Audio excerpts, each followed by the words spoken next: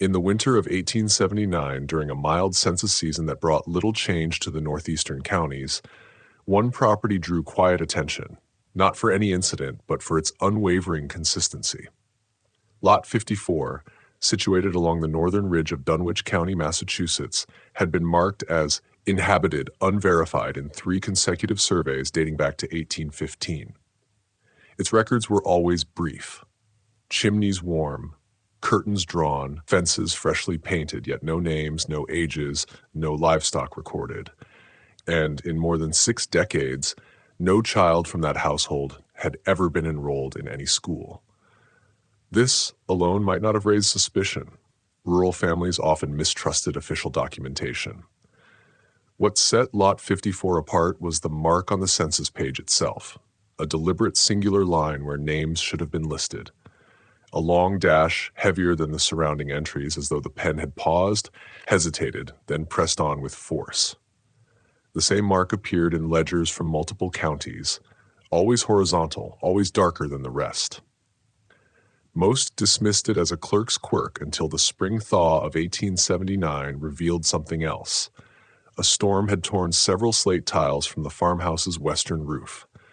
Under a repair grant overseen by the county's agricultural board, a local carpenter was sent, unofficially, at the registrar's request. His name was Ephon Kettle, a man known for his silence and precision. He worked alone for 5 hours realigning the rafters. When part of the ceiling near the kitchen wall collapsed, he found a narrow recess behind it, not large enough to be a room, but clearly absent from the original plans. There was no flooring, no fixtures, just dry, still air carrying the faint scent of burnt wool. Inside was no furniture, no candle wax, no personal items. Every inch of the stone walls was blackened with graphite, uneven, heavy strokes, some so deep they had cut grooves into the mortar. In the soot, a pattern emerged, carved dates, hundreds of them, spiraling as if wrapped around something that once stood at the center. Some dates marked lifespans. Others repeated the same year twice, and some, most unsettlingly, had no second date at all. One date, scratched deeper than the rest, matched the day a school inspector named Elias Fern left the village and never returned. Beneath the hearthstone nearest the hidden wall lay a folded note in oilskin, sealed with wax and animal fat. It bore no signature. Inside were 5 first names, no surnames, no dates, repeated across baptismal records, death rosters, and class lists throughout Dunwich and neighboring counties. Always the same names, never aging, never dying. You found it too, haven't you? You're reading their page. That list wasn't meant to be seen. Yet somehow it always finds its way to another pair of eyes. So what time is it where you are? And where are you watching from? If you've read this far, you're not alone. There's comfort in knowing we're scattered across time zones, all holding the same story. If it unsettled you, say something. If it felt familiar, stranger still. And if you want to know what else they've left behind, keep watching. More records are coming, some erased, some only now starting to reappear. In the months after the hearthstone was lifted, county officials were advised not to investigate further. No law had been broken and no body had been found. The note was filed under unsolicited discovery and later vanished from the record entirely. Yet in the bottom drawer of the county registrar's desk, a single pencil line remains on an otherwise empty file. 5 names, unchanged in 60 years. As for Lot 54, it would go unvisited for another decade. The earliest official attempt to examine Lot 54 beyond simple visual confirmation came in the spring of that same year. The Census Office, already under quiet pressure from state authorities to boost rural compliance, sent a junior inspector named Thaddeus Merrill.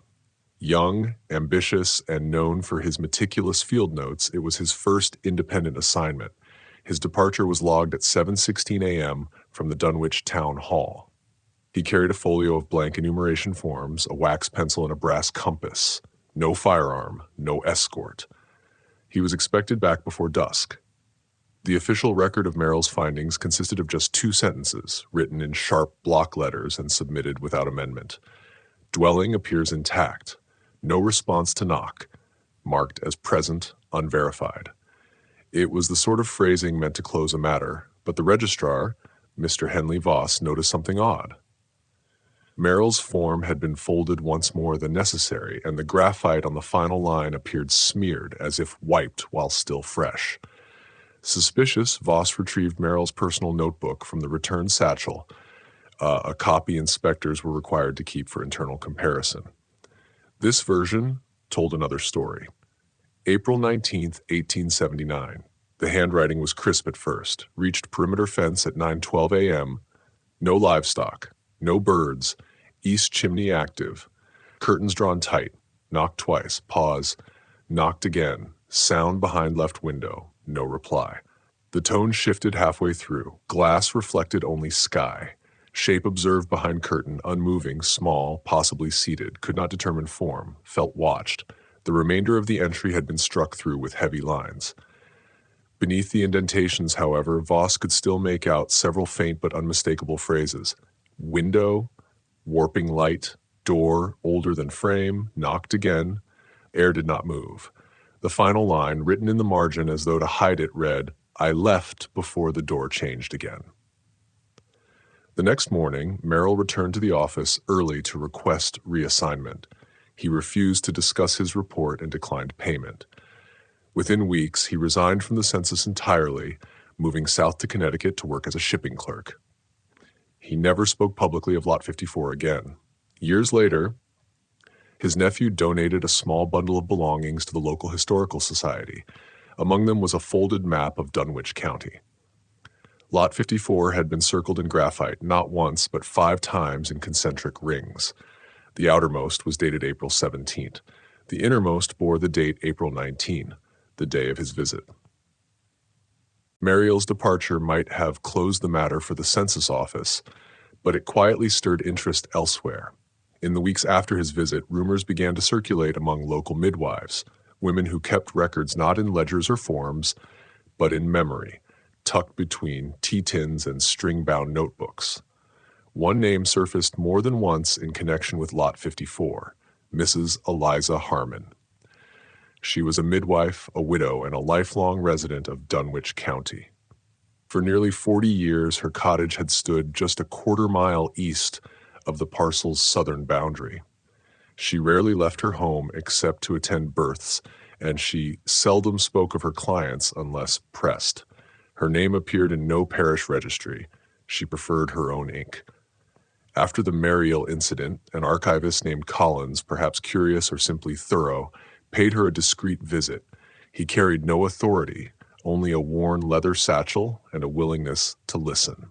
What she shared that day was not given as testimony, but as recollection, pieced together over cooling tea.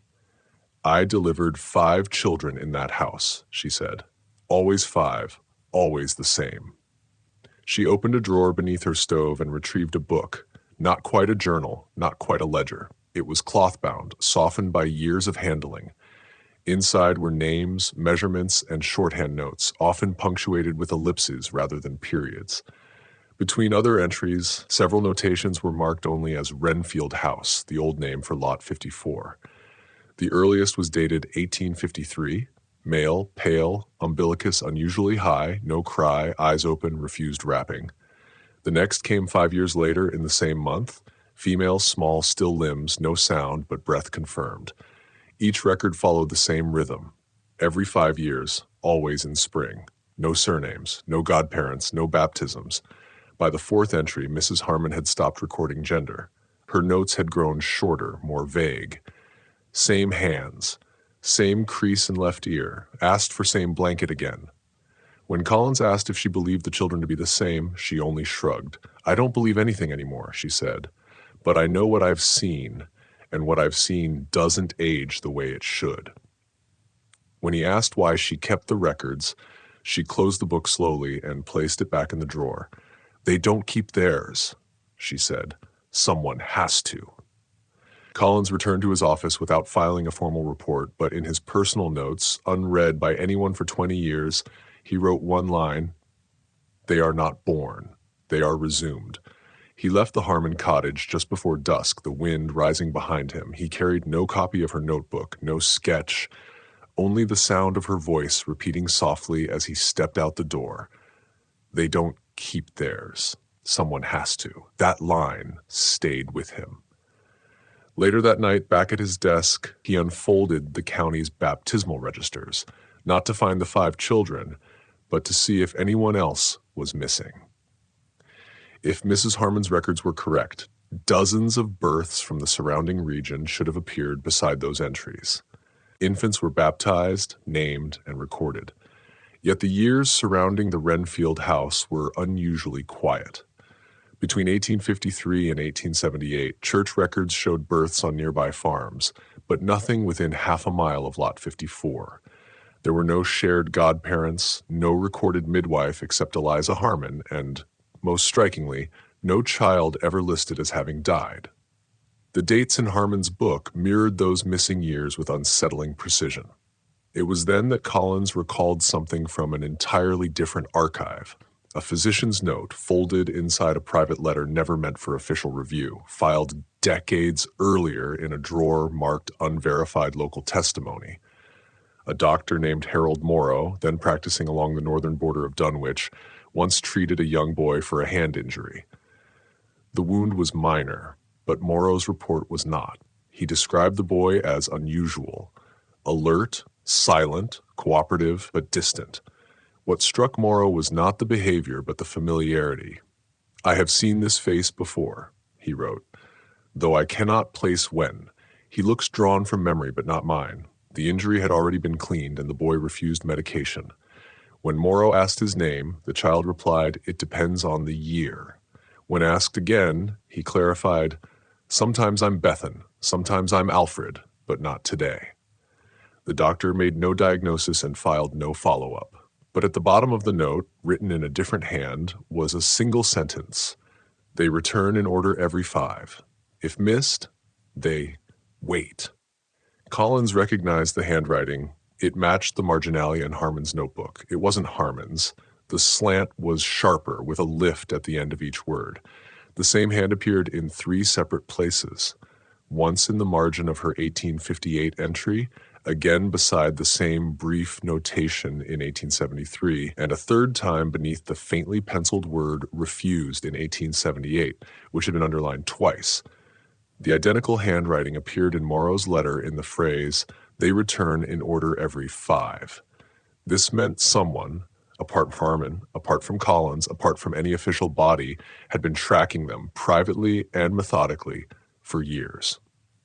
Collins did not report this discovery. He noted it, folded the paper, and placed it beneath a locked box on the second shelf of the archive vault. His next file request came from a different department entirely, the Board of Elementary Instruction. In the education compliance records for the spring of 1874, he found the account of a young inspector named Silas Dunn. Dunn, age 23, was newly appointed an earnest. His assignment was part of a statewide initiative to gently enforce school attendance in rural areas once considered unreachable. Most inspectors returned with familiar names, parental hesitations, and promises to enroll after the harvest. Dunn returned with none of these. His visit to Lot 54 took place on May 6. His official report, written in the rigid phrasing required by the department, was remarkably brief. Approached property on foot. Knocked 3 times. No reply. Smoke visible from rear chimney. Curtain movement noted. Voices indistinct. No child presentable. Request denied. But in his personal log recovered years later, the story changed. "I waited at the door for some time," Dunn wrote. "Knocking changed nothing. But when I moved to the eastern wall, I heard voices, not words, but numbers." He pressed his ear against the stone and described not speech, but a recitation, 5-year intervals, chanted slowly, rhythmically. The first voice said 1834. The sequence went 1839, then 1844, 1849, 154. Always in order, always as if recalled, not spoken. "The rhythm was unnatural," he wrote, "too precise, without stammer or pause for breath. It felt pre-recorded. The most unsettling line came near the end. I stepped back and looked at the wall again. It wasn't the sound that disturbed me. It was that I recognized the numbers. They weren't years. They were names. Dunn never returned to the property. He requested reassignment to clerical duties in Boston. His final note, scribbled vertically along the edge of his notebook, was never officially filed. They did not answer the door, but I was not alone outside. Dunn's words, "I was not alone outside," never left Collins, not because of what they implied, but because of what they omitted.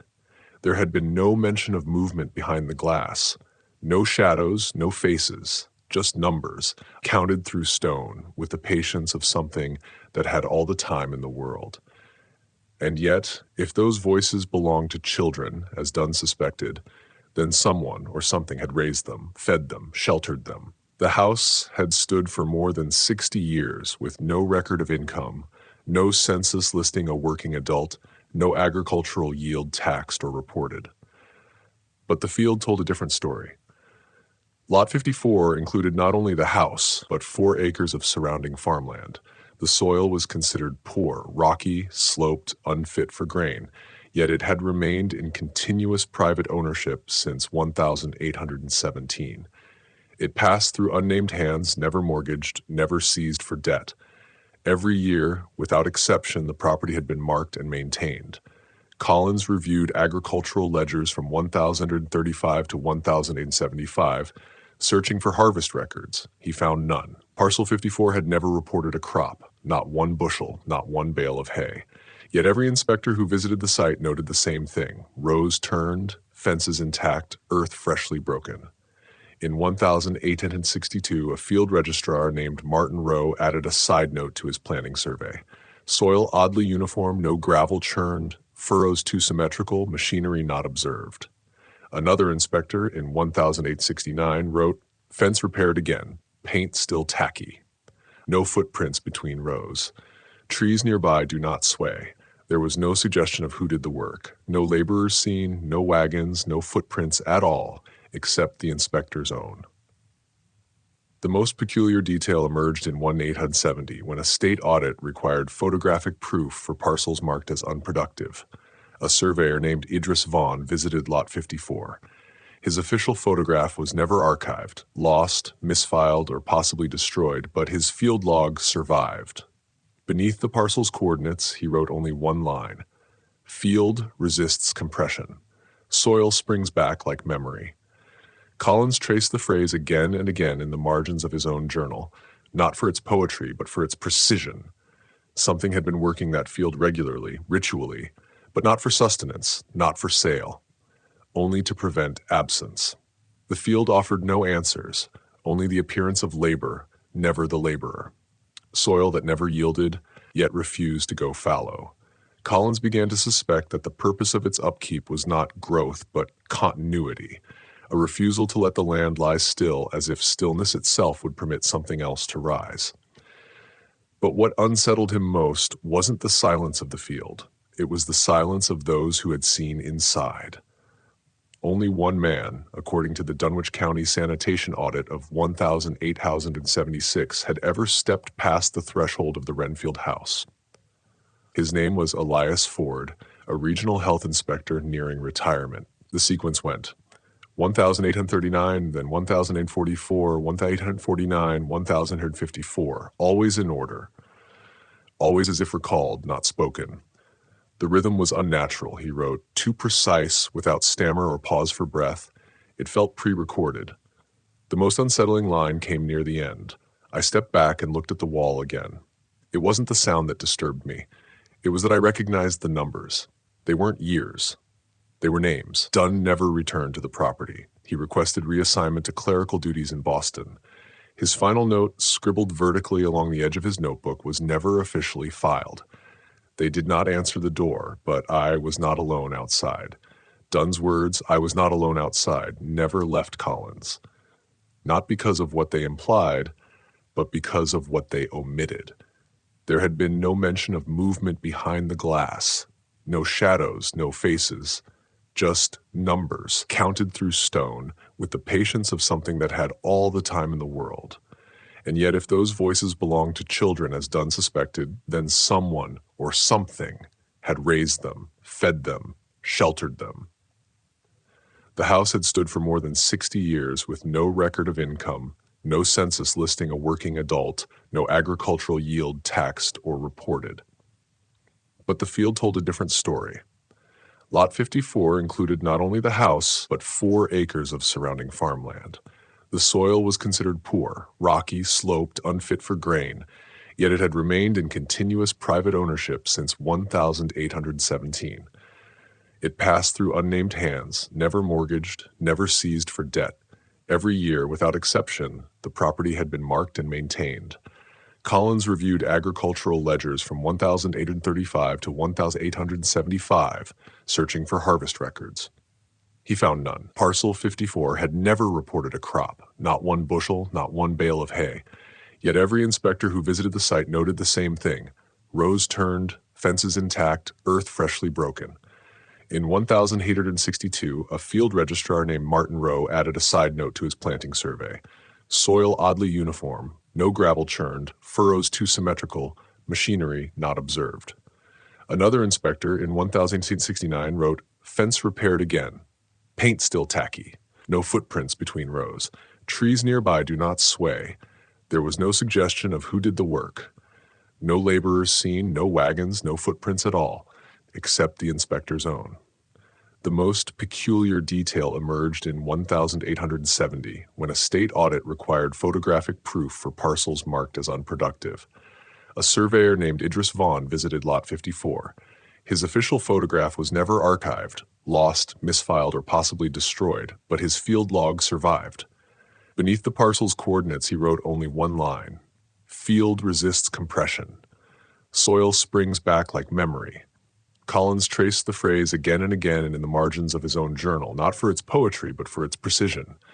Something had been working that field regularly, ritually, but not for sustenance, not for sale, only to prevent absence.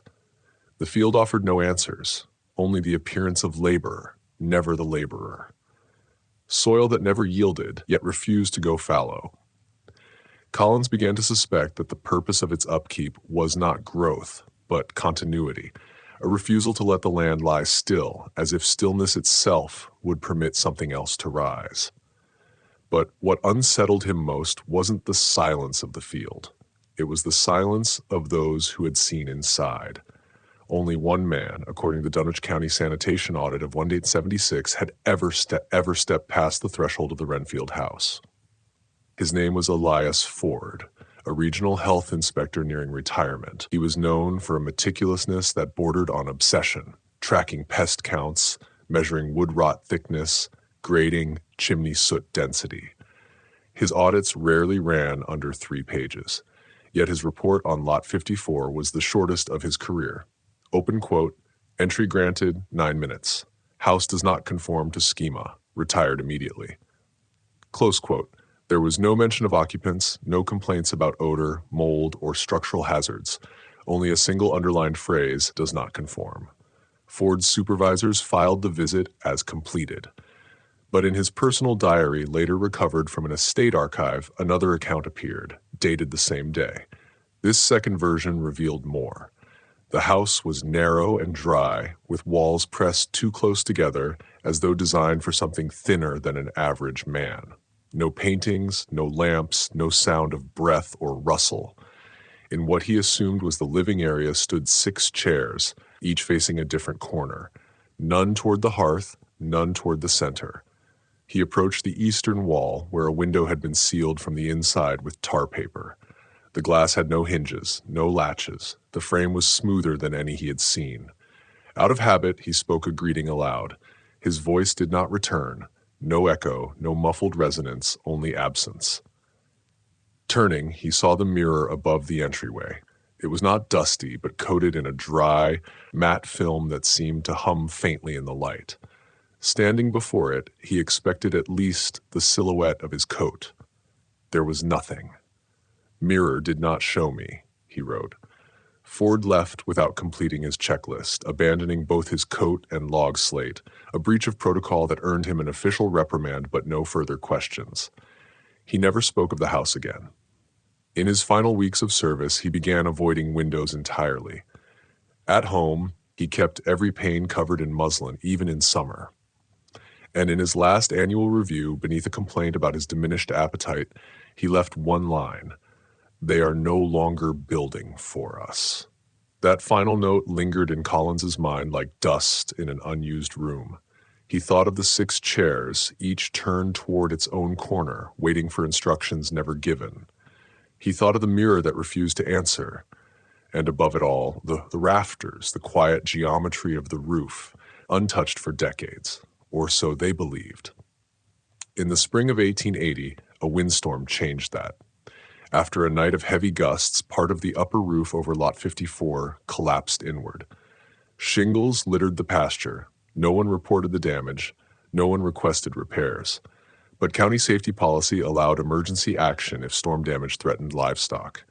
A tradesman named Ellis March was sent alone under an informal work order: inspect, stabilize, and recover usable material. March was methodical, preferring to work without company or conversation.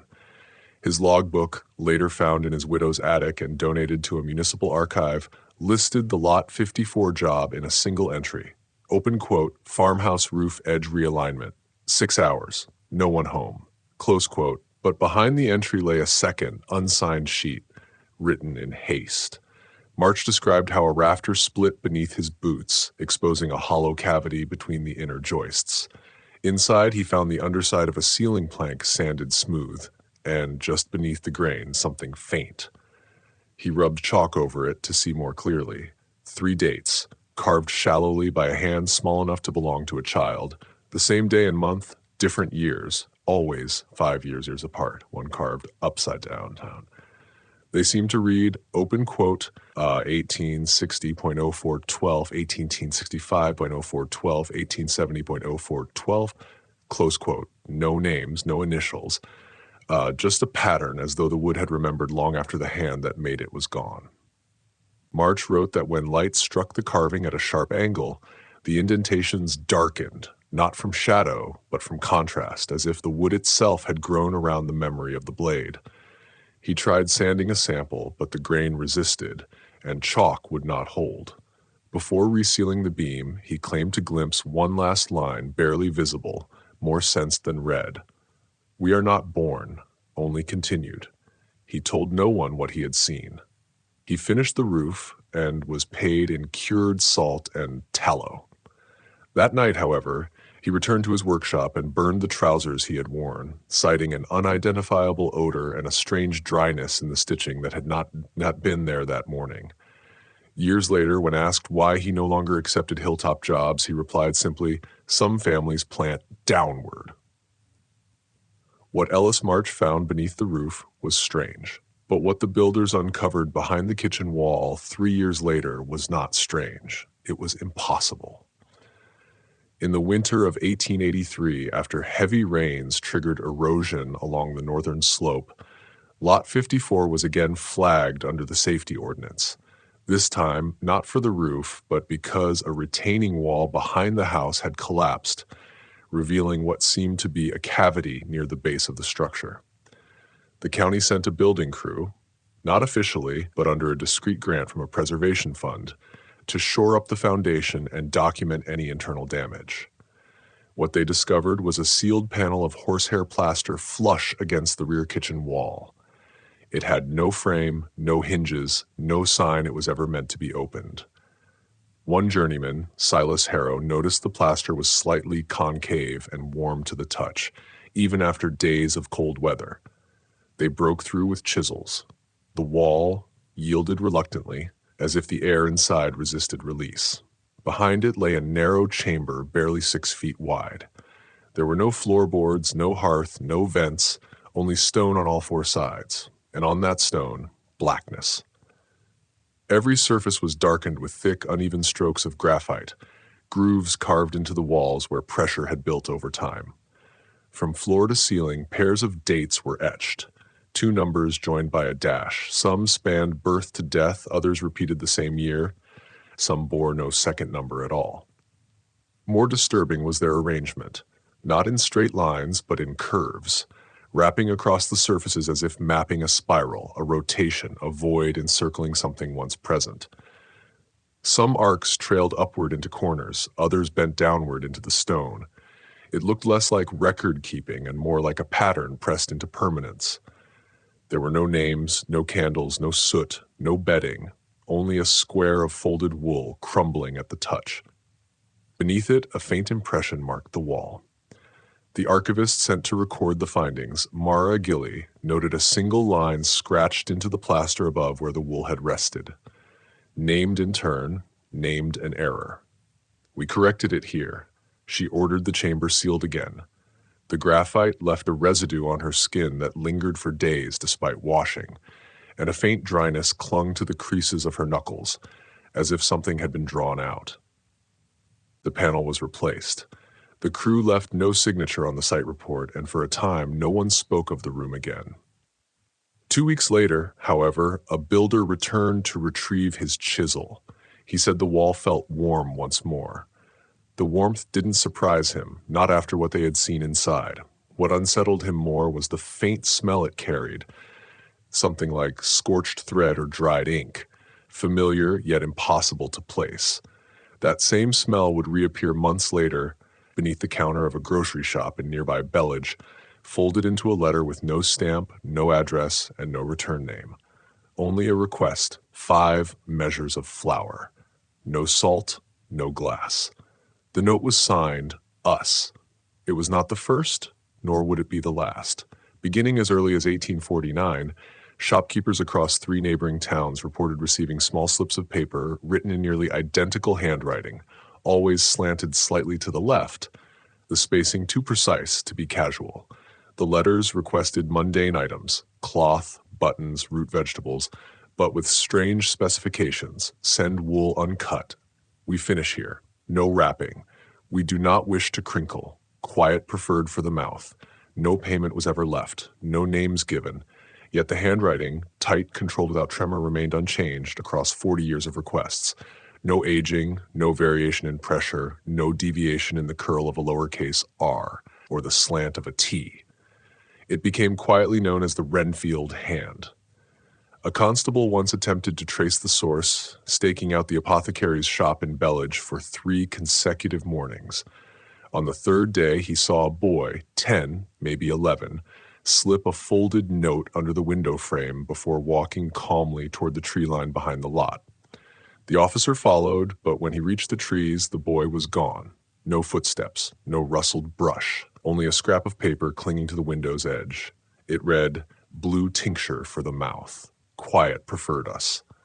The constable never filed an official report, but in his pocket notebook, now archived in Dunwich's historical records under MISC field logs, he scribbled a single thought.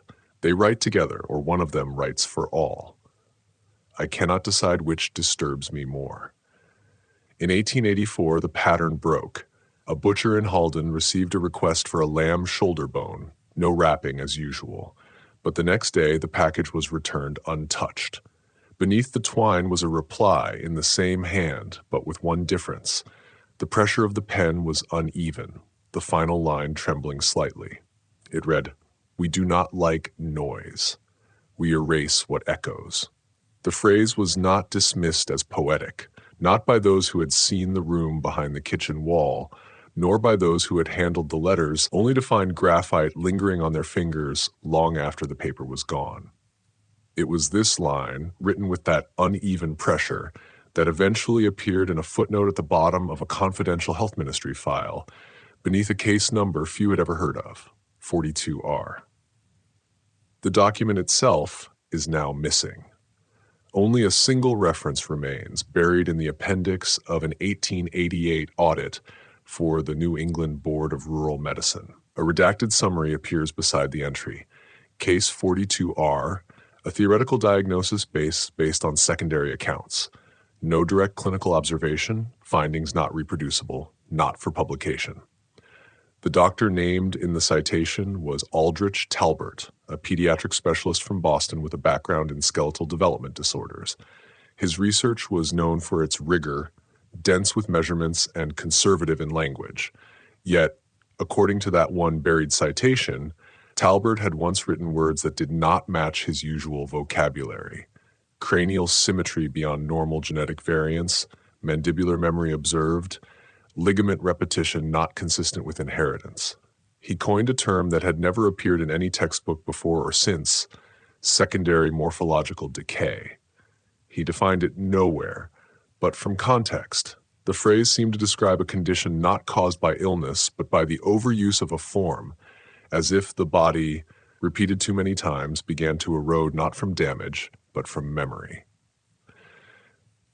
Not long after that report was withdrawn, a personal letter from Talbert surfaced in the disordered files of the Royal Surgical Society. The envelope bore no date, but the paper carried his embossed seal.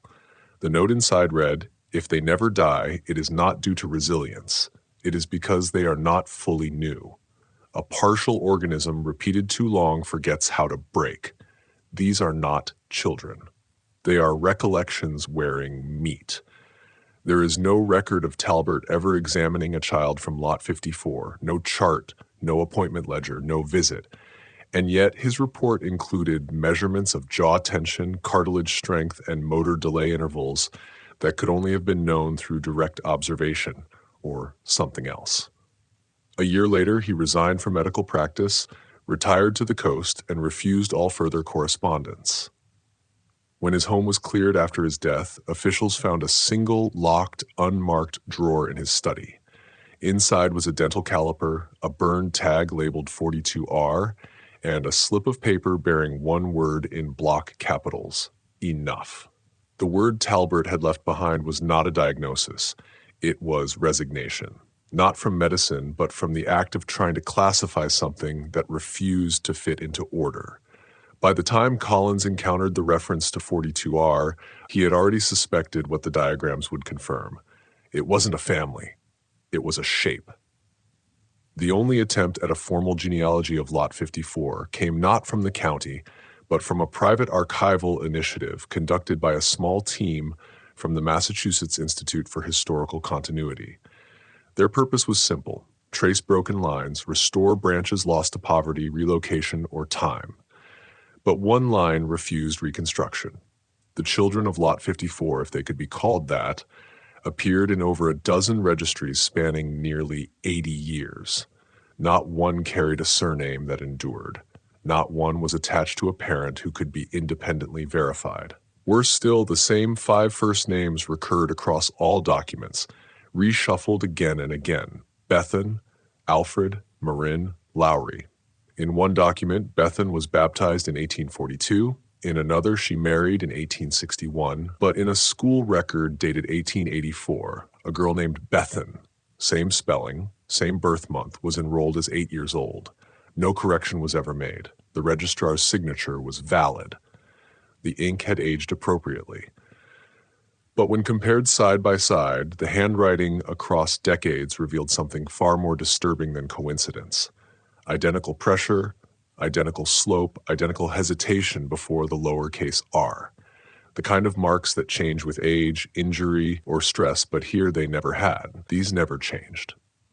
One of the research assistants, a graduate student named Anna Field, was tasked with constructing a family tree from the records. She began with index cards and string, each name pinned, each date connected. But the more records she added, the more the threads began looping backward. Bethan signed Marin's birth ledger as mother in 1867, but in 1892, Marin signed for Bethan as father.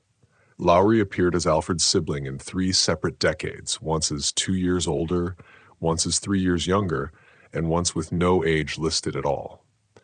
By the time the board was complete, it no longer resembled a tree, it was a wheel.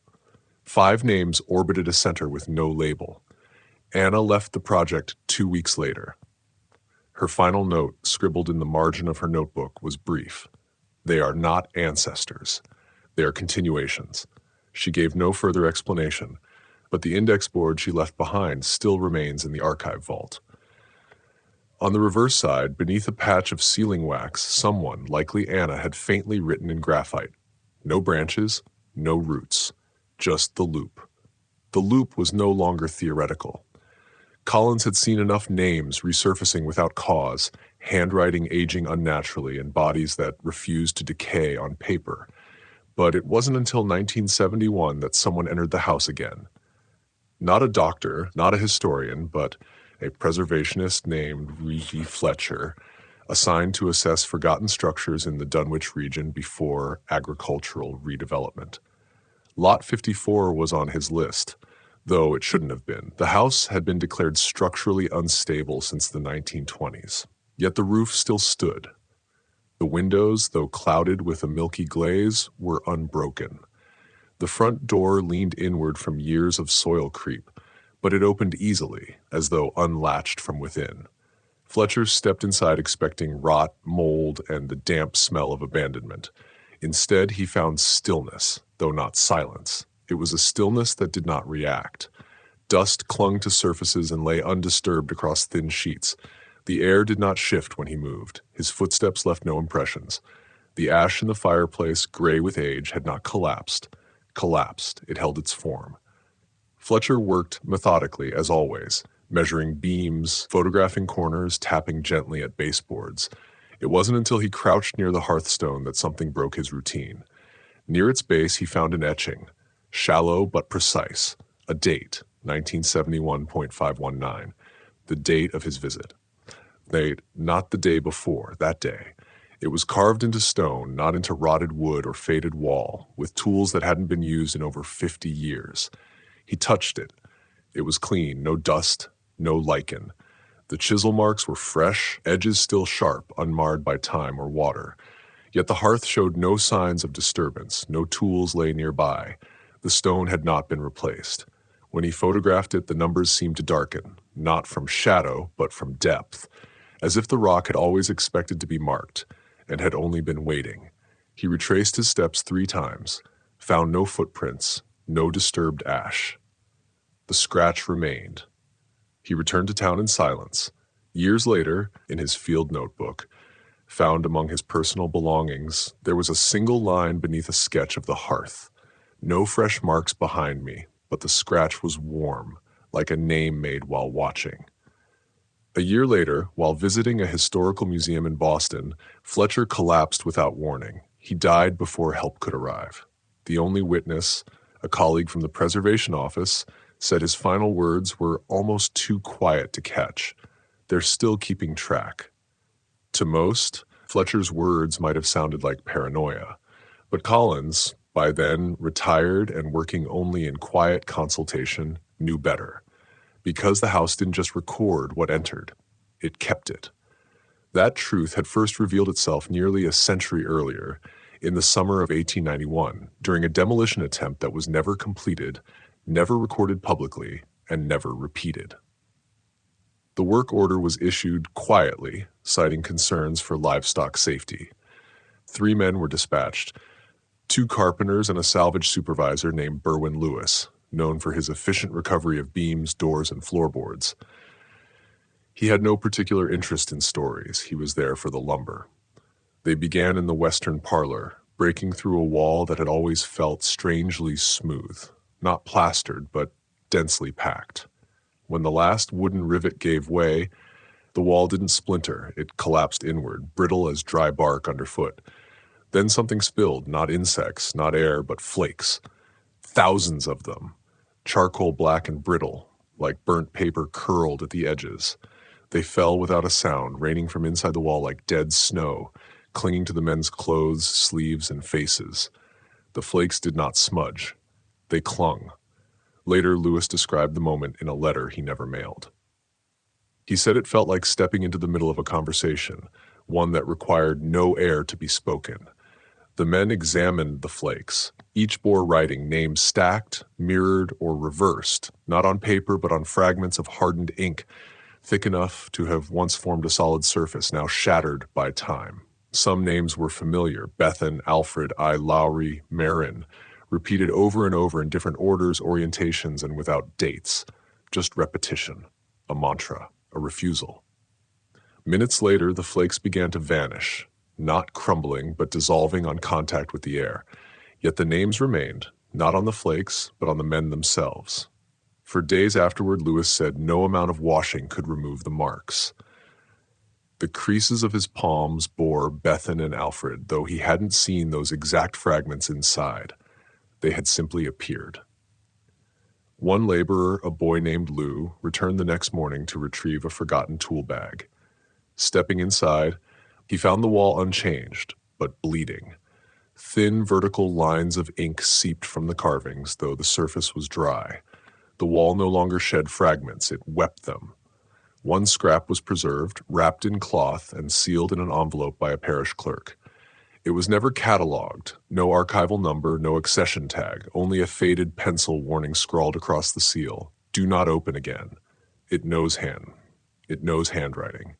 The envelope marked, "It knows handwriting has never been opened." It remains sealed, hidden in an unindexed drawer of the Dunwich Parish Archive. No barcode, no accession, no signature, only graphite warnings and silence. But by 1936, silence was no longer enough. Somewhere in the Ministry of Health, a thin, unsigned, undated file appeared, bound with a rusted clip. It carried no medical chart, no map, no photographs, only 2 typed pages on brittle cream paper, faintly marked with the water seal of the Bureau of Epidemiological Oversight. It did not name Lot 54. Instead, it referred to Case 1883, a designation never formally acknowledged and never spoken aloud in any session. The note was calm. No urgency, no accusation, just a single directive. Effective immediately, all references to Case 1883 are to be removed from academic compilations, district census ledgers, and medical abstracts. The case is closed, both in spirit and in statute. Any future citation is to be treated as an error, not an omission. There was no explanation, no mention of fraud, hoax, or confidentiality, only the closure of a file that had never been officially opened. Beneath the main text, in smaller type and a penciled annotation, a clerk had added, "No names given, no bodies filed, no consent ever located, category unfit for preservation." By then, most of the original inspectors, doctors, and midwives were long gone. Those who remained were scattered, silent, or scribbling poems in the margins of gardening books. Yet the stories had not vanished. They had merely folded back into the hands of those who could read absence. In 1954, a university research team, while attempting to reconstruct incomplete baptismal records, discovered a strange anomaly. One rural parish file contained over 40 entries spanning 90 years, yet only 5 unique first names. No surnames, no family lines, no causes of death, only repetition. The names Bethan, Aaliyah, Marin, Alfred, and Lowry were mapped, with the expectation of divergence. Instead, what emerged was a closed system. Children baptizing one another, mothers recorded as their own daughters, a man marrying a woman who had once signed his birth record. The pattern was not linear. It was circular, pulled tight like thread sewn too close. No branch, no origin, no burial, only motion, repeating again and again. One researcher, a quiet woman with poor eyesight and sharp hands, scrawled a phrase in the corner of her diagram board. "This is not a family. It is a mechanism." The board still exists, stored without category and mislabeled in a side annex. Beneath its final layer of string, hidden on the back under soft wax, a faint graphite line reads, "We only needed one of us to last." There are no living records of Lot 54 after 1895, no wills, no photographs, no grave markers. And yet, in forgotten census margins, in overwritten baptismal ledgers, in unsigned delivery slips and erased school rosters, the same 5 names continue to appear. Not often, not loudly, but often enough for Collins to leave one final note before retiring for good, filed under his personal classification code. No date, no signature, just 6 words.